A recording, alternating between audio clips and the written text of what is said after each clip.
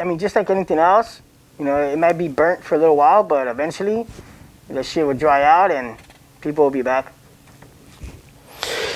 Hey man, thank you for sharing your incredible story of the Oceanwide Towers. It's definitely a historical event in our eyes, an event Los Angeles graffiti culture will remember forever. But now, Scheme, I want to start with your early beginnings and find out about you. Where's your family from? I'm from down at the bottom of California by Mexico. Is that where you were born? Yeah, I was born down there. What makes your family decide to move up to Los Angeles? So when I was like about 6 or 7, my mom ended up moving to LA to get sober. She was addicted to heroin and stuff. So she moved down here with my aunt and started going to church to kind of get sobered up, you know. And I was still living over there with my grandma. And then after like a year or so, when she kind of got better and got her feet, you know, like kind of, you know, grounded up. So I ended up moving down here with her, and yeah. What are your views on heroin? Do you get curiosity because you have family involved in that? Do you stay away from that? Are you more cautious about it?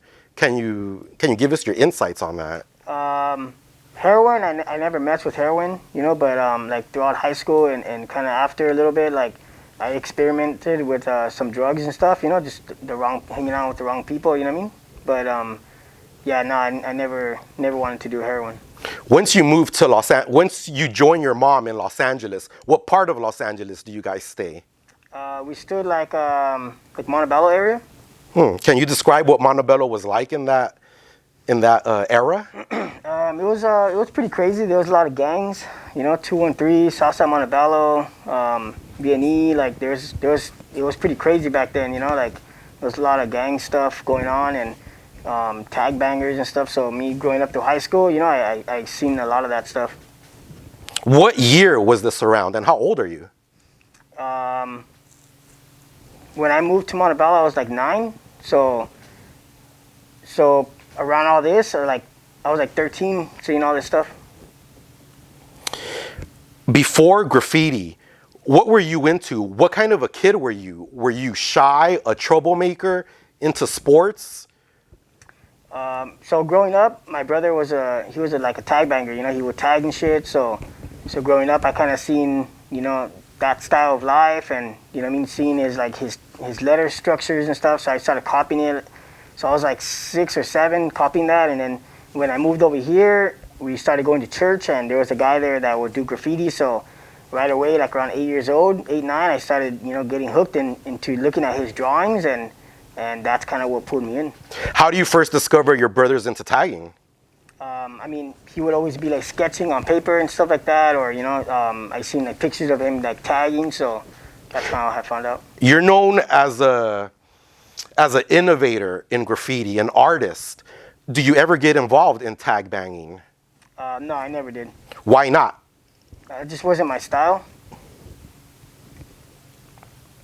Were you always into art? Is there anyone in your family besides your brother who was artistic?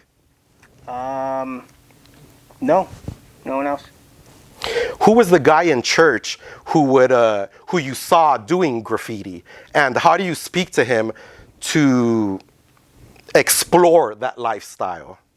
So he had a younger brother that we were like the same age, and we would hang out all the time. So I was always with his younger brother, and you know, his older brother was there drawing all the time. So I would just like take his drawings and kind of like mimic them and kind of learn from his style, you know. So as I started getting older, he pulled me in and, you know, kind of showed me the ropes. Are you writing a name back then? What was the first name you started writing? It was Zags. Why did you pick that name?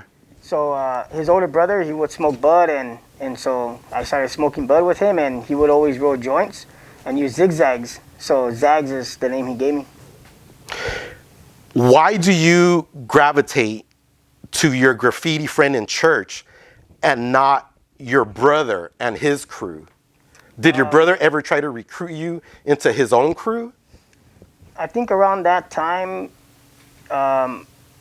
we had kind of like like my brother kind of like it was more like a phase for him. Like it wasn't like such a longevity career that he was trying to make out of it. So he would just like tag like whatever and kind of more breakdance and stuff. So when I gravitated to the guy from church, he was doing a lot more like art pieces, you know. So it was a little bit more complex, and I think that's what drew me to that.